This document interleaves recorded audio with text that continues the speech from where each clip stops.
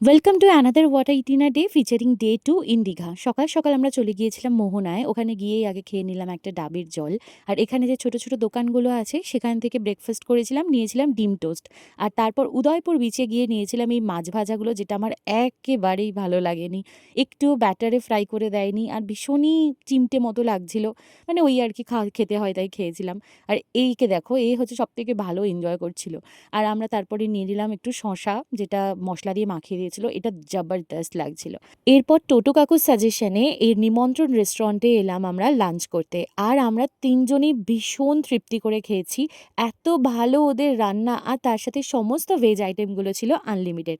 আর শেষ হলো চাটনি আর পাঁপড় দিয়ে। বেরিয়ে খেলাম এই চকলেটের ওরিও কোনটা, এটা আমি ফার্স্ট টাইম ট্রাই করলাম। আর তারপর হোটেলে না গিয়ে আমরা সোজা চলে এসেছি এই ওল্ড দীঘা বিচে। ওল্ড দীঘা বিচটা আমার না বেশি ভালো লেগেছে নিউ দীঘার থেকেও। আর সারা সন্ধে এখানে টুকটাক অনেক কিছুই খেয়েছি, পাঁপড় ভাজা, তারপরে পাপড়ি চাট। আর ডিনার করলাম একটা ওল্ড দীঘারই একটা রেস্টুরেন্ট থেকে রুমালি রুটি, তার সাথে পনির নিয়েছিলাম, চিকেন ভর্তা সম্ভবত নিয়েছিলাম, আরেকটা কি নিয়েছিলাম আমার তো এখন আর মনে পড়ছে না।